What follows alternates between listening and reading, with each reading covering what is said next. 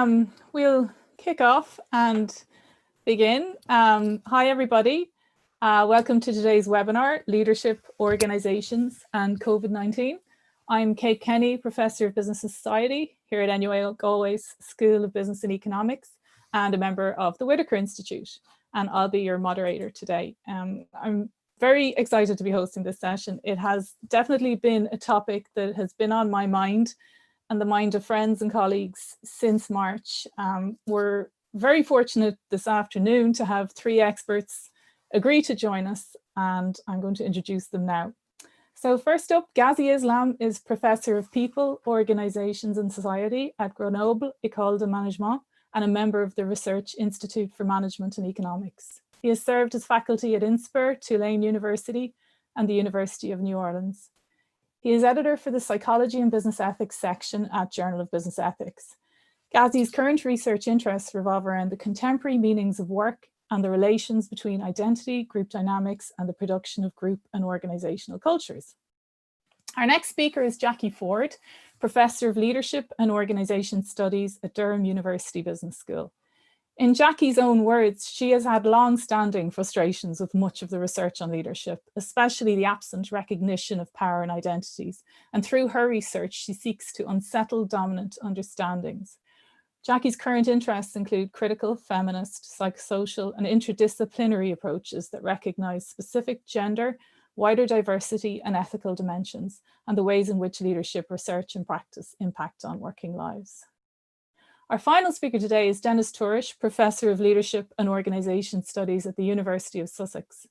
Dennis is editor of the journal Leadership. Among his research interests are the dark side of leadership, leadership and organizational effectiveness, hubris in leadership, research misconduct, and influence processes within organizations that can be described as cults.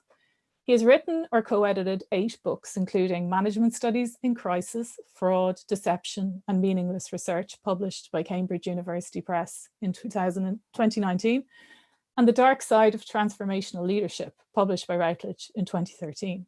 Dennis has published over 70 peer-reviewed journal articles on these topics and has been interviewed frequently on radio and TV about his research, including Sky News, BBC News, ITV News, and BBC World News.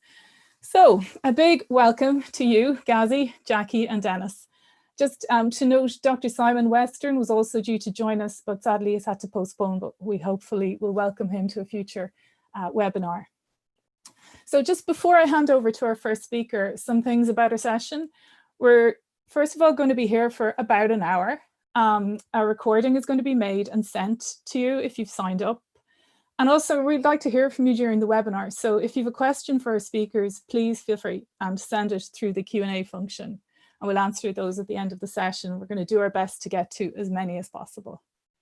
So that said, to kick things off, I would like to welcome Professor Ghazi Islam. Ghazi, over to you. Thank you, Kate. So thank you very much for the invitation. And also want to thank the Whitaker Institute for organizing this, and colleagues and friends who are here today and spending their afternoon with us. So I'm very glad to be here.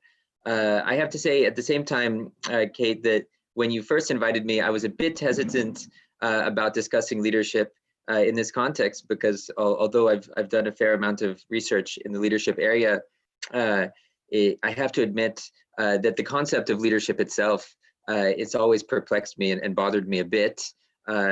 Particularly because it seems like the sort of concept that always seems to slip out of your hands just at the moment you think you've grasped it. It seems to be doing many things at once and often seems to be carrying more of a load than it can really handle.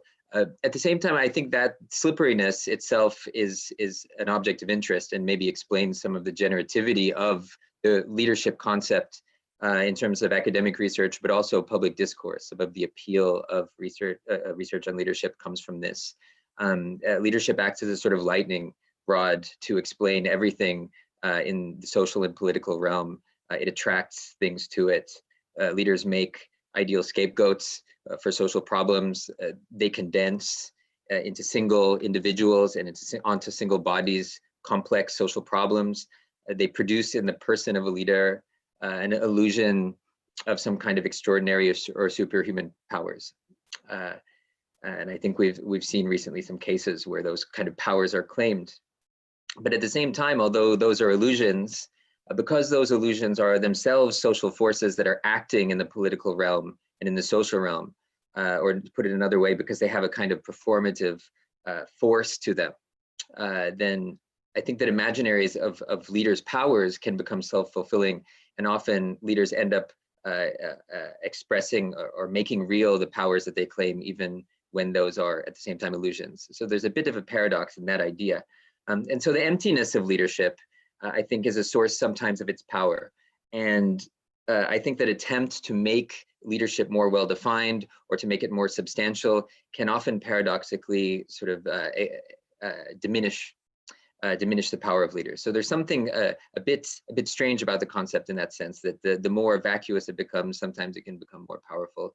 And I think that's another aspect of the current situation as well.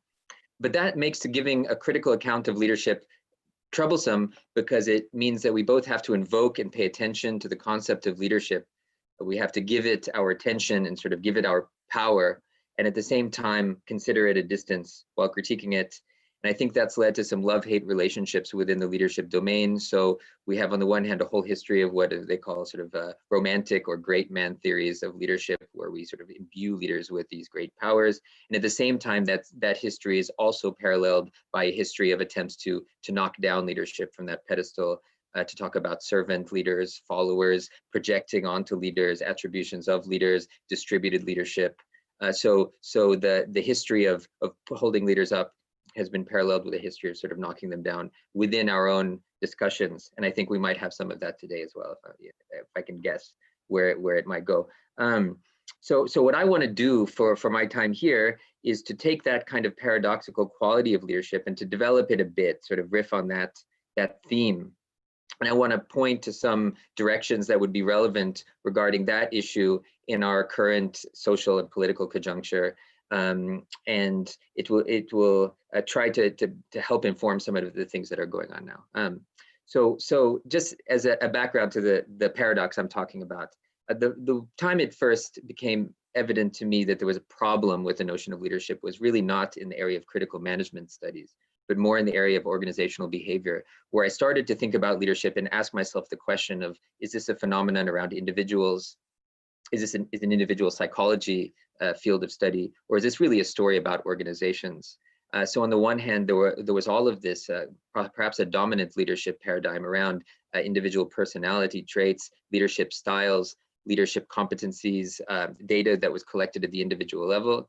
And yet at the same time, there was all of this discussion about organizational culture, organizational transformation, and leaders were often put as proxies for the organization that they were leading. And so it seemed that as if the leadership literature wanted to kind of do both of those things at the same time. And that to me was leading to a kind of intellectual impasse. I wasn't really sure which level we were talking about, people or organizations, and it seemed that it kind of had to be both. And that bothered me. But it was really only after moving into more, you could say, sociological perspectives on leadership and away from those more psychological perspectives that I started to reframe that original dilemma from one about individuals and organizations to something that perhaps could be better described as a dilemma between agents and structures. And I think that would be the more sociological way of talking about that distinction. That idea of thinking of it in terms of leaders as agents versus leaders as roles, as parts of as structural roles, I think opened up some new ways of thinking. And in particular, the part for me that became opened by that, it made it much easier, much more clear to think about the distinction that we find in Max Weber between the enchantment of charismatic leadership on one hand, the sort of mystical quality of leaders on one hand, and the rational control of bureaucratic systems on the other hand. Particularly in a society, and I might broach that our society is like that modern society, in which a notion of community and a notion of society are forced apart for certain historical reasons. There's a tension between the kind of excessive vitalistic conception of a community and the rationalistic and institutionalized structures of society, sort of the rule of society and the life of society. And I don't see those as sort of any kind of ontological or inherent aspects of human society, but I think they're parts of a historical situation that we're in now, that we face now. And I think that tension reflects a sort of split life, and I think it's experienced by people in the society as a kind of alienation, and people are feeling that alienation. And that form of tension is always seeking some kind of resolution. I think that resolution takes two forms. Either the bureaucratic, rule-bound, technocratic aspects of life try to control and channel those energies and the excessiveness of everyday life, or the excessive comes back and tries to control, take over the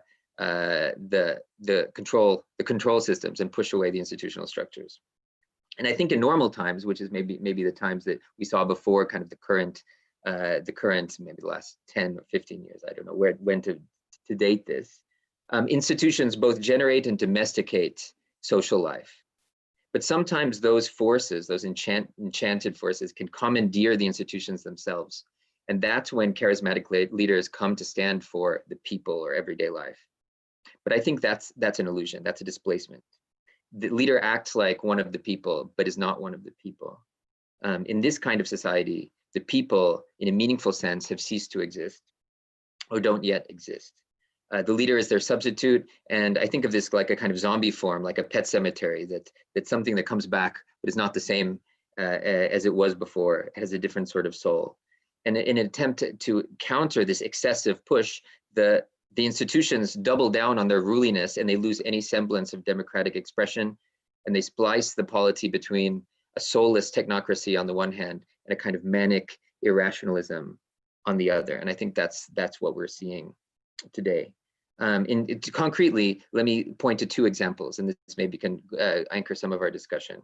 Most obviously, politically, the divergence between what have been called, and I don't like this term, but populist movements, but you could use other language for that. And on the other hand, increasingly visionless technocracies, both of those forms of rule seemingly undemocratic in its own special way, and ultimately self-reinforcing, and both of them becoming increasingly entrenched seemingly at the same time. An increased focus on rules and structures without any soul, and an increased, at the same time, focus on excessive vitalistic elements, maybe kind of proto-fascist elements in some cases, which disdains rule. And they're both entrenching in parallel. But also at the level of corporations, so getting away from the political sphere, this tension between managerial control, hierarchy, and what was called the organization man, sort of the bureaucracy of organizations, gets contrasted with this new, flexible, fun-loving, affectively intense sort of entrepreneurial firm that you could think of as sort of Silicon Valley, the creative firm. Most literature on both of these domains opposes these two forces, both in the political example and the organizational example. In my view, they're co-constitutive. They reinforce each other, they co-create each other as two terms in a modern dilemma that was already previewed by Weber, and I think also by Marx. Okay, so I know I only have a few moments, so let me just finish then by saying, so faced with this kind of tension, how can we start to think about this dilemma? And what I want to say just to finish up then is that my suggestion as a general principle is to avoid the kind of bipolar impulse to alternate between conformity and transgression, to try to find some way to not alternate and pendulum between these two sides, and to try to consider the in-between position of leaders not as something that has to be resolved by picking one or the other, but as a symptom of a kind of social formation that forces those two to happen. And it's only by trying to get beyond that social formation that we'll stop alternating between those two extremes. Okay, so I'll stop there. Thank you again, and looking forward to the other speakers. Thank you so much, Ghazi, for this excellent, inspirational contribution.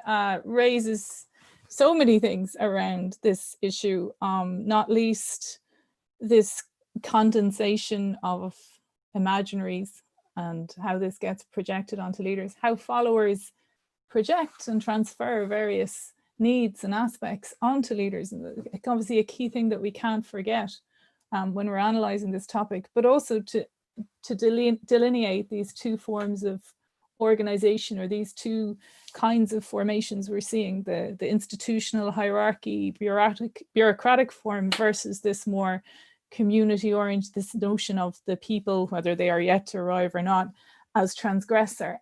And of course, the irony, I guess, is if those twin and equally problematic structures are to be challenged, is leadership required to lead into the in-between?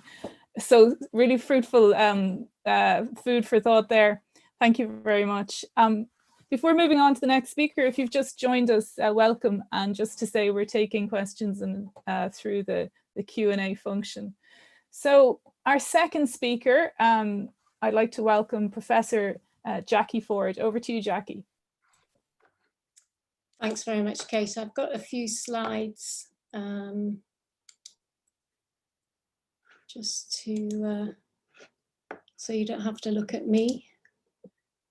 Okay, so what I'm wanting to talk about are three core themes, just for the next 8 minutes or so, about my take on my research on leadership. It's certainly been a concept that's been a central focus and frustration in my academic research during the last 2.5 decades. So through applying more critical thinking, what I'm trying to do is to challenge traditional approaches to studying, conceptualizing and practicing leadership, so that we can look at new light on what remains seemingly anyway, one of the most desired and yet elusive phenomena of our times. So a central focus of my interest is the significance of the interpersonal relationships and the powerful effects that interactions between leaders and led, or putative leaders and led, can have on our lives at work. So we can't ignore our experiences, our relationships, our interrelationships, and our individual biographies. Indeed, work in general involves intersubjective encounters. So we bring ourselves, our histories, our idiosyncrasies, our ways of talking, thinking, acting into the workplace. And if we're uncritical in that, in bringing these aspects together, then we're encouraged to behave as if we're some kind of transcendental being, then we can cause great harm to others in the workplace. And of course, contemporary stories of organizations are besieged with the harm done to the majority by the minority who occupy privileged or powerful positions. We only have to look at current landscape of the #MeToo, everyday sexism, and numerous reports in social and wider media that show the continuing effects of sexual harassment in the workplace. So this leads me to challenge the unitary or one-size-fits-all theories of leadership. We've been stuck in the rut of highly traditional ways, as Ghazi mentioned, psychological dominant ways of thinking about leadership. And we now need to think about some of the bigger economic and political questions, a glint of which we've started to witness, I think, during the current coronavirus pandemic. So I've got three core themes in my presentation: the enigma of leadership, androcentrism, misogyny and gender in leadership, and hopefully something about towards new futures. So turning to the first of those, I think interest in the topic of leadership seems to continue to grow, spurred on, of course, by media attention, which frequently takes the form of either praising good practices or condemning the malpractice of individual and high-profile leaders, whether they're from business, from art, politics, sport, or other contexts. The enigma of leadership as both the cause and the cure for a whole range of organisational conditions remains high on both academic and business radars. What's worrying in this enduring fascination is the undue focus on the senior leader as organisational hero that Ghazi also referred to, that romanticizes the influence of the individual leader and neglects other parties and contexts that are at the heart of leadership. So there's a lot of concern about critical scholars that such media, as well as mainstream attention to this heroic figurehead, encourages leaders to concentrate on too much power in their own hands. It reinforces the model of power elites qua leaders who manipulate organizational discourse through structural and cultural norms that are embedded in typically androcentric practices. So these practices reinforce masculine leadership norms that take the form of competitive, aggressive, controlling, and self-reliant individualist, against which both women and men as leaders are judged. So think Trump and Johnson schools of leadership thought here. So the second theme is around workplace gender equality, which has become highly topical over the last few years with media, business, and research attention that I've referred to a few minutes ago. What I find fascinating is that as far as leadership writings are concerned, as well as there being no prescribed leadership behaviours that for anything other than masculine norms, there is also no cultural template for a female leader, both in terms of how they look and how they sound. So in terms, firstly, of how they sound, I share Mary Beard's call for us to return to the first principle about the nature of spoken authority, what constitutes it, and how we've learned to hear authority where we do hear it. So rather than pushing women into voice training classes, which was the response taken in the past, so that they sound more like men, we need to explore the discontinuities and fractures that underlie dominant masculine discourses. And for me, I think this requires some old-fashioned activism and consciousness raising about what we mean about the voices of authority and how we construct that authority. So in terms of how they look, their appearances, the materialities of leaders, we need to also build a new cultural template that surpasses the androcentric norms that preclude different ways of being as leaders. New approaches need to recognise other ways of leading that destabilise the implicit straitjacket of narrow theories and mindsets around leadership that do continue to dominate. And I think this is curious at a time when we've witnessed significant progress towards gender equality in education, health, and increasing participation in the workplace, with rising numbers of women in seemingly more powerful positions in the professions, organisations, politics, judiciary, etc. But there are still gender pay gaps. Women continue to earn less than men. They're less likely to advance their careers as far as men. They're less likely to accumulate retirement and other savings. But at the same time, men have less access to family-friendly policies such as parental leave or flex working arrangements, although there are some early and minority reports during lockdown periods of some change here for those required to work from home. Still, it seems to me that we're far from achieving either a paradigm shift or equality and justice in the workplace. And I think this leads to a further enigma. Women leaders in politics and organisations appear to be thriving and making great strides in the current crisis, and yet they do not display these masculine norms.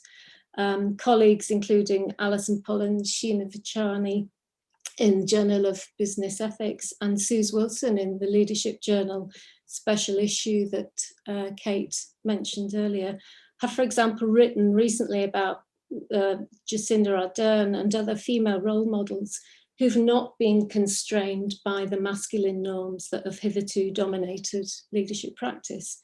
So it's the empathy, the shared purpose, the compassion of such leaders that have been celebrated, the very qualities that the current COVID-19 crisis seems to need. So women in powerful roles are seen as breaking down barriers, or perhaps some say as taking something they're not entitled to. So turning to the kindest of these two options, what are some of those barriers that women are overcoming? My sense is that there remain many cultural and organisational barriers. So I've talked about cultural barriers of the association of leadership and managerial domains as a man's domain, and that this can impede women's and some men's progress. There are also ongoing structural barriers, many of which also surfaced during the COVID-19 crisis, which in part stem from lack of work-life balance, limited flexible working arrangements, lack of support and development networks, etc. Of course, there are also self-imposed barriers, which often are the consequence of gender stereotyping and gendered social roles, as I hinted at earlier. The emergence of alternative leadership practices and behaviours that work more effectively in times of crises are posing a challenge to masculine norms and tradition and lead to the quest for more inclusive, ethical, eclectic perhaps, and contextually meaningful understandings. And I think such a focus will much better prepare us to tackle the social, the economic, the technological and the political uncertainties of the future. So what is that future? Well, I think maybe there's a sunny umbrella, maybe a rainbow, but there's still a lot of rain. So what can we do? Well, I share many others' perspectives that patience in achieving progress in terms of equality of leadership opportunity is not enough as change is too slow. So we need to think harder about what power is, what it's for, and how it's measured. The same goes for leadership. We need to redefine it and make it more inclusive for men and for women. So it's not just about, it's also about social justice. It's inappropriate to keep women out of leadership roles. And maybe one of the positive outcomes in the current crisis is an early lesson to how other forms of leading can be highly effective in terms of crisis and beyond. So we need to shift the association of power with the elite. Rethinking power decouples it from the prestige and status of leadership. Rethinking leadership through more collaborative relational forms is where my research has led me in recent years. So focusing on plurality rather than homogeneous forms, presenting new opportunities of understanding leadership within much richer contextual empirical studies. I think I'd better stop there. I think my time is probably up.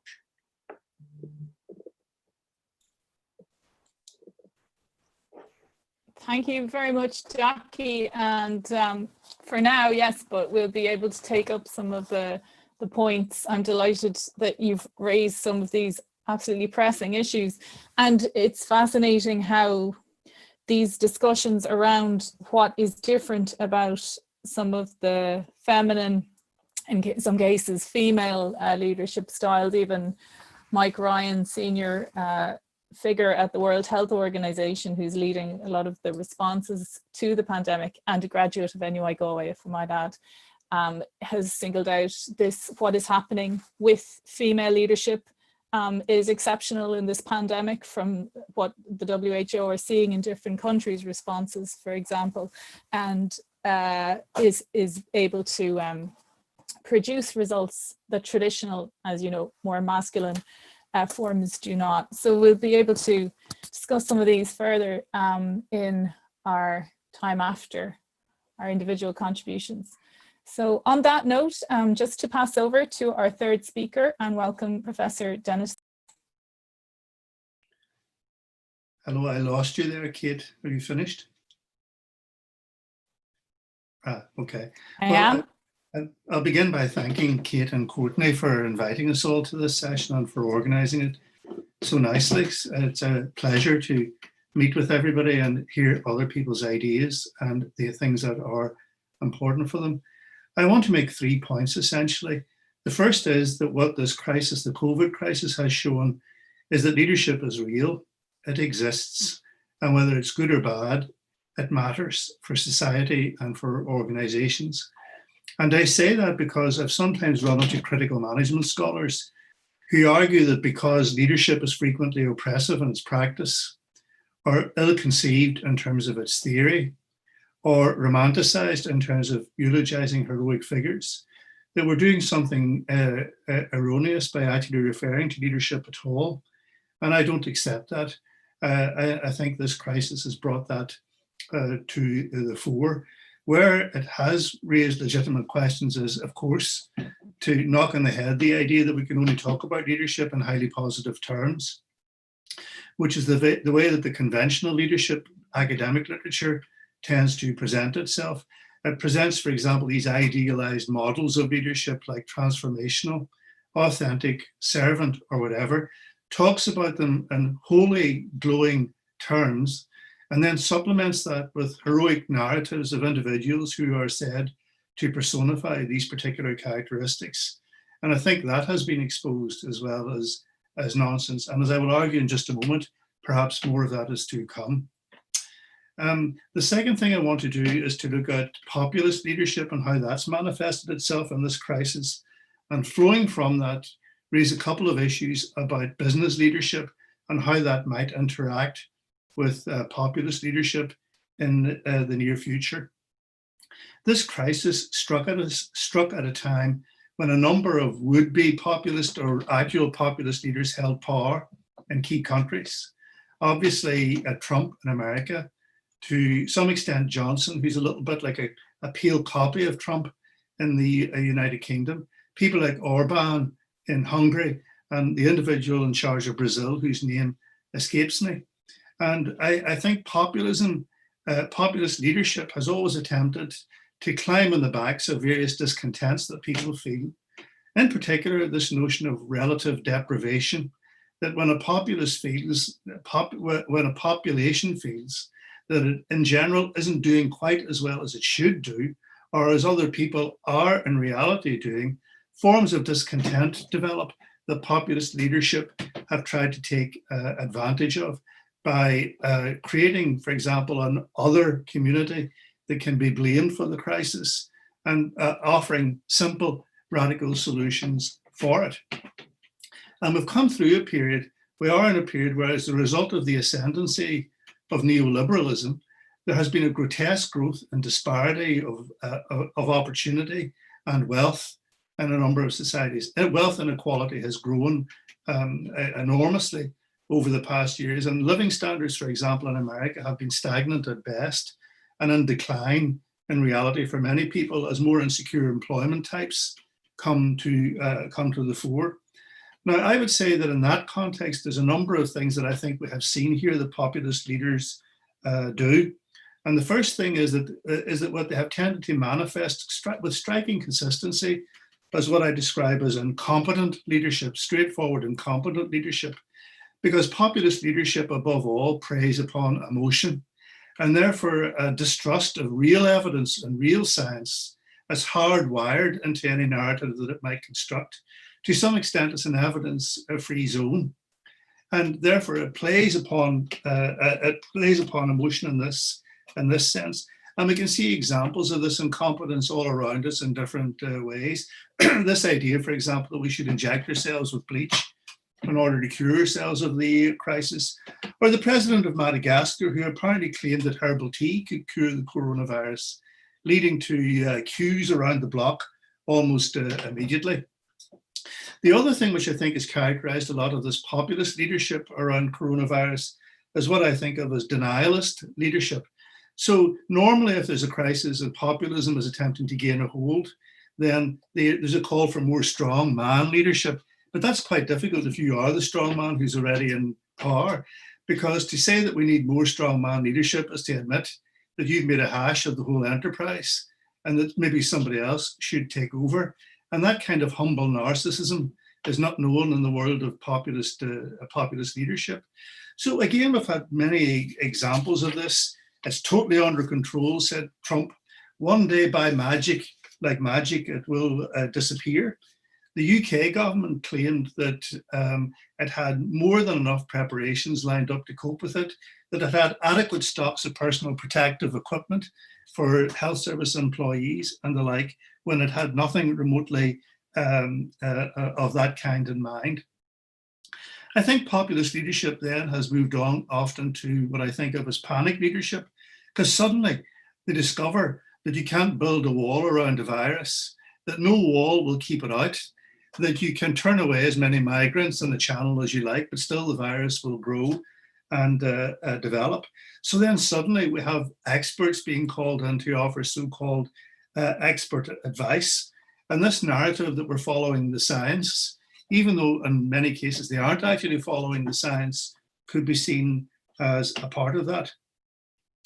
Perhaps one of the most obvious, horrible, and dangerous manifestations of this tendency towards populist leadership is what I think of as othering leadership, where various outside bodies and forces are blamed for what has occurred, and the populist so-called strongman leader attempts to turn attention against them.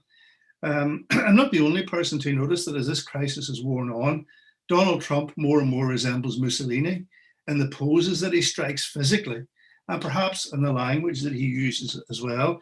And of course, again, he has consistently called this the corona virus, the Chinese virus. Did various things like halting the issuing of green cards for 60 days as well. And a couple of people have mentioned the special issue of the journal that I edit on COVID, and it's free. The contents are freely available to anybody online. You just have to open the journal website, and you'll be able to download them. And in that, Ash Prasad documents horrendous examples as well of precisely this othering leadership in India, where the Prime Minister has used it, almost unbelievably, to demonize further the Muslim community and suggest that they are somehow behind it. Short step from that to increased forms of authoritarian leadership, where the strong leader has failed, but nevertheless the strong leader declares that they need even more power and authority to solve the problems that we face. And one of the most striking examples of that is Viktor Orban in Hungary, who persuaded a parliament to cancel all elections, suspend its own ability to legislate, and give the Prime Minister the right to rule by decree indefinitely. And anybody who opposed this was deemed as, was denounced as trying to spread the virus and not valuing the lives of Hungarians. So logic, rationale, and so on are nowhere to be found in this. And it's perhaps interesting to speculate what the fate of that type of populist leadership will be in the months that lie ahead. There are obviously some indications at the moment that people like Trump are faring badly, and maybe we can discuss that in a little while. But I want to briefly refer to business leadership as well, and the difficulties that we might face in relation to that, because here are some fundamental problems. Conventional leadership theory presents a very unitarist view of business. We're all in this together, lads. The leader is only articulating a common goal that serves the interests of everybody who belongs to this organization. That has been increasingly untenable for a very long time. As the mantra of the prominence of shareholder value has taken hold, it's quite clear that the sole purpose for many businesses, not all but many, is the promotion of shareholder value. And therefore decisions have been made with that to the foremost of the minds of different leaders. In that context, trust in business leaders and leadership has declined enormously in the last while. And I would suggest that we're now going to see that whole notion tested even more in the months ahead. Particularly in Britain, the full economic fallout for what we've gone through has yet to happen. Some signs of it, but more to come. Saw a prediction this morning that by Christmas we will have 3 million unemployed in the UK. I don't know if it's true, but imagine if it is.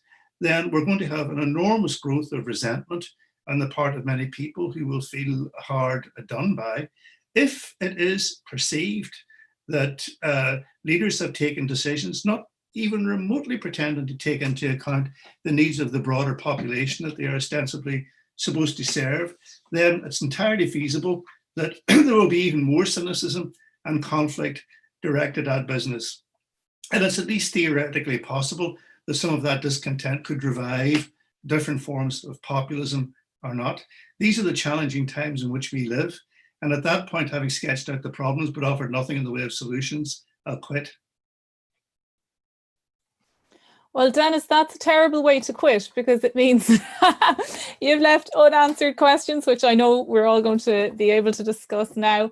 Thank you so much. And I was delighted that you ended with this refocusing our attention which I'll just take up now briefly, if you don't mind, on this notion of corporate purpose laid bare. So for the last 10 anyway years, the focus, well, for more, but really exemplified in the post-financial crisis changes, we've seen such an emphasis on CSR and ethics, and as something that can sit on top of shareholder value, and that a corporate philanthropy, corporate donations are a way of, being ethical. And this goes to the heart of leadership, because we're seeing various decisions being made. And in the post, I had a quick look at some of the more mainstream leadership theory responses to leading in COVID-19 in prep for today. And I came across one well-known CEO who was cited by Stanford leadership experts as a great example of leadership. And as he was laying off 25% of the staff of this company, sent an email to say, "I have a deep feeling of love for you all. I am truly sorry. Please know this is not your fault." And at the same time, these shows of ethicality, we're also seeing corporate donations that look quite big because millions are mentioned, until you compare them to the profitability perhaps of the company, and how they've benefited from the use of their particular, in some cases, technologies, not in every case, during the pandemic. Of course, this doesn't extend to every business, but to what extent is sort of ethical leadership being questioned? The CSR discourse, do you think, Dennis, being questioned in the wake, or in the midst of this pandemic?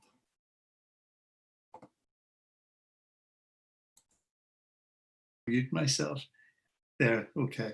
I strongly suspect that it's not being questioned that much at the moment, because I think most organizations are existing in a state of improvised panic and terror about what immediately lies ahead. And to some extent, that's understandable. But one of the questions posed here, Nikki Adams has posed this question about, do we think that positive different ways of leading will stick in the next period, or will there be a regression back into other ways? And I think that's a very, very good question. My own feeling at the moment is that we still face that COVID won't change. We still face a fundamental paradox in terms of leadership and business organizations between, on the one hand, the unitarist rhetoric that underpins much leadership theory. For example, this idea of servant leadership assumes that the leader has the interests of the followers at heart and will prioritize that in their actions. But an even more dominant logic, institutional logic, is at play, and that is that the primary purpose of business is to cater for one group of stakeholders only, and that is shareholders. And I'm not arguing that we shouldn't pay attention to the needs of shareholders, but I do think that when that has become, for many businesses, the only purpose of it, then the more unitarist rhetoric of mainstream leadership theory and practice is fatally undermined. And in practice, what we then see is the interests of a few being prioritized over the interests of the many. It's going to require a great deal of effort, dialogue, and thought about alternatives to seriously move away from that, I think. Thank you very much, Dennis. I'm going to take up one of the questions coming through, because it's something that I wanted to ask myself. And I'll ask Jackie to begin, if this is okay. In relation to some of the solutions that you mentioned, or not solutions, but some of the things that people might consider, because after all, this is an incredibly anxious time to be led, but to be a leader, a time of radical uncertainty, as we know. And as the question asks, given that our problems seem to stem from our social expectations of what being a leader means, is there any solution? What sorts of things can we look at? For example, I know Yanis Gabriel drew on Winnicott to look at the idea of the good enough leader, that a leader is in many cases someone who can do the day job basically quite well, while providing some sort of inspiration. Jackie, is there anything on that you've come across that can be helpful to people in this situation?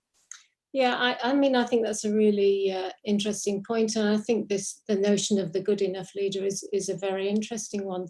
I'm also minded by other of the comments in the Q&A about the danger of focusing solely on the leader figurehead. at a time where actually, you know, we're seeing in times of crisis that more collaborative approaches are becoming more effective. So why aren't we spending, you know, is it best viewed as a collective, a collaborative, a relational endeavor? And so that we can move away, shift from this heroic leader figure.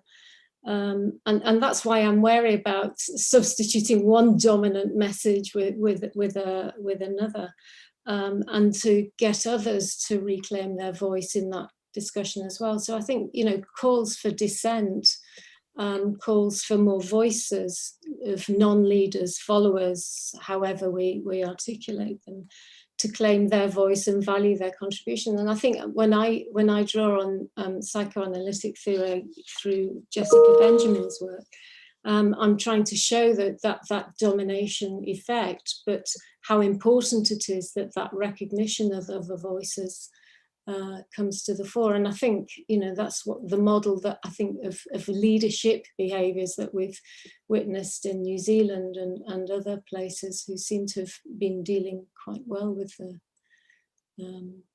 COVID-19. Thank you. I shifted the question, but no, you haven't. And there was a specific question to you around the idea of an ethic of care in this, and I know it's something that you've already spoken about a little, but this is slightly different.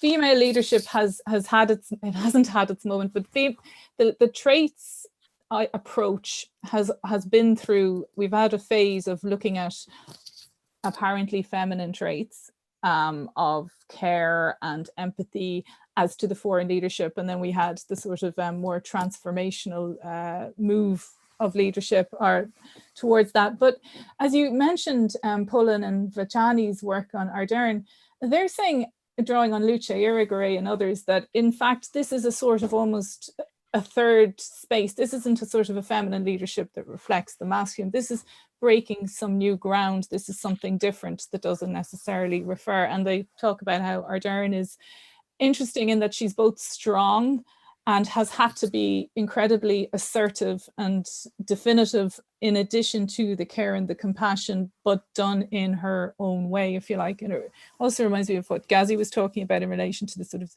the agentic aspect of leadership. And I guess I'm asking around the ethics of care. Is there anything else that you would like to add on that, or?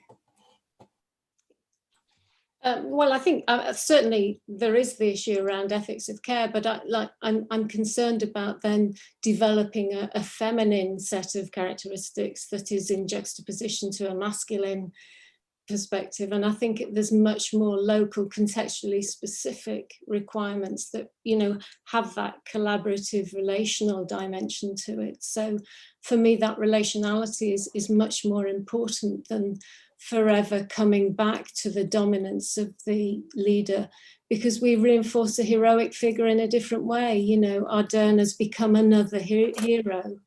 And that's the danger of perpetuating this single individual focus. Thank you. This makes so much sense to me. Just to take up one of the questions that's one of the themes that's coming through from the questions quite a bit is this idea, as you've mentioned, of the follower side. And in many ways, and this is a question for Ghazi on the psychodynamic approach. Can you say a little bit more about the in-between leadership sort of space that you have kind of proposed as a way to think otherwise about these typical, or if you like, two dominant types of social structures that we're looking at? Yes, for sure. I think perhaps there are two somewhat separate issues that might deserve commenting around that. And one of them is around the followers as a group. And there have been a couple of times we've mentioned that, you know, the followers, or as Dennis said, the many, the one versus the many.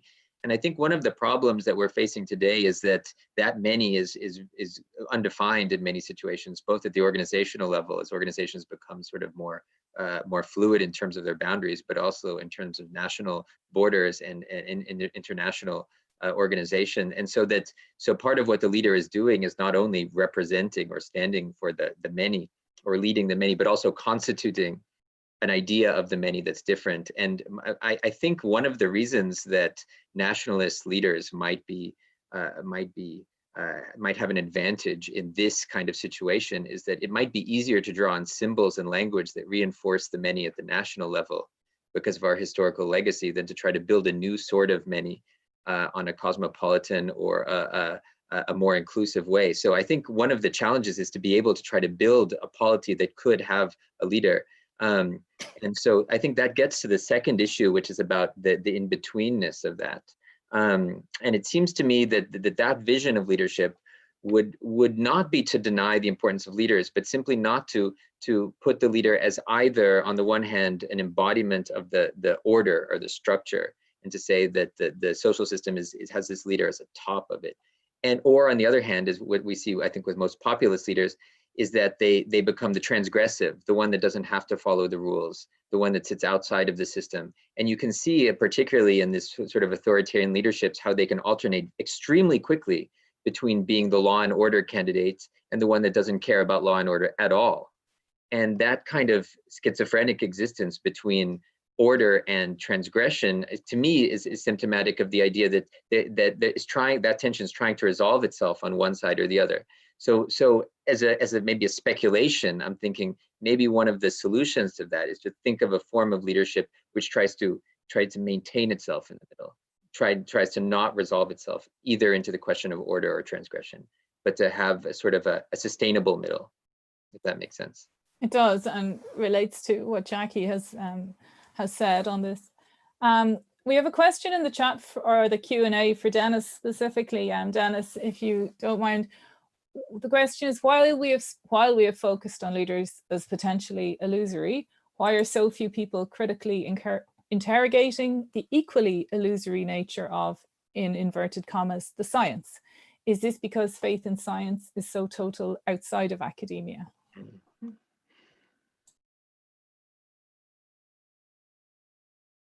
I'll ask you to unmute yourself there, Dennis. Pardon me. I hadn't thought of that. It's a good question. I think to some extent part of the answer is that the science is a bit more invisible and impenetrable to us. Our political leaders are out there. They talk nonsense to us non-stop, but it's easily subject to interrogation. Also, people at the moment are, like always, keen to reduce uncertainty. So we have to cling to something. And the most visible failures in front of us are the failures of the populist leaders to control the virus. Maybe we'll see a shift in the immediate period ahead towards extreme skepticism about the science as well. The right-wing media, at least in Britain, are doing their best to encourage that by denigrating. There are two main scientists here, for example, who advise the government, and I see the Daily Mail calls them Dr. Doom and Dr. Gloom, and then ridicules whatever advice they had managed to put forward. So I think there's a lot of skepticism being developed and encouraged and developing about that as well. Thank you very much. A further question, and I think given that you were telling us and discussing a little bit on bureaucracy and institutions, Ghazi, I might pose this to you, but anyone else who wants to jump in, please do. The question is as follows: given that much leadership has become more computer mediated during the pandemic, have the affordances of technologies like Microsoft Teams given more power to those with formal authority? And this is, I guess, as interesting in light of what we've just been discussing. And the questioner goes on, for example, the control of the ability to see other meeting participants and whether expressions of skepticism cross work colleagues' faces as the leader performs. Very sociological and insightful question from our participant. Well, so I think, so Dennis, I think also has a comment on this. So maybe if I say a quick word and then pass on to Dennis, because I think I can hook this a bit onto his previous response. Because I think that at the same time, there's been this kind of crisis of normal science in the sense of the, kind of academic research, and we talk about things like climate denial or these kind of responses to medical knowledge. There, at the same time, there's been this kind of maybe sort of a fetishization of innovation and technology that seem to be happening at the same time. And I think that fits a little bit into the sort of dichotomy I was saying before. There's some kinds of science become highly respected, which is this spaceship to Mars, the floating island, you know, this kind of transgressive forms of science, maverick science, whereas normal science, the kind of slow research that leads to vaccines and things, has become dismissed. So I think that science itself also becomes maybe subject to this transgression versus order sort of issue. So that might be a way of getting to the science. So to the extent that these technologies represent sort of innovative, the sort of Silicon Valley ethic, they might be somehow exempt from this disdain for science. It might fit into the innovation. But I could maybe pass to Dennis on this one. Well, irrespective of whether the current crisis has given more power to people at the top through various types of technologies, I've gotten increasingly interested recently, and in fact, I've just written a paper on this that is now out for review somewhere. I think that we are entering into a period of what we might describe as hyper-surveillance in the workplace in general, where a major number of new technological innovations are extending managerial oversight in ways that we couldn't have imagined even 5 or 10 years ago, and are bringing a revival of Taylorism to the workplace, where in a sense there's an increased attempt to turn employees into what you might think of as the fully automated individual. Think about Amazon, for example, where people work with these handheld devices that make a noise at them if they're moving too far away from whatever it is that they're trying to select.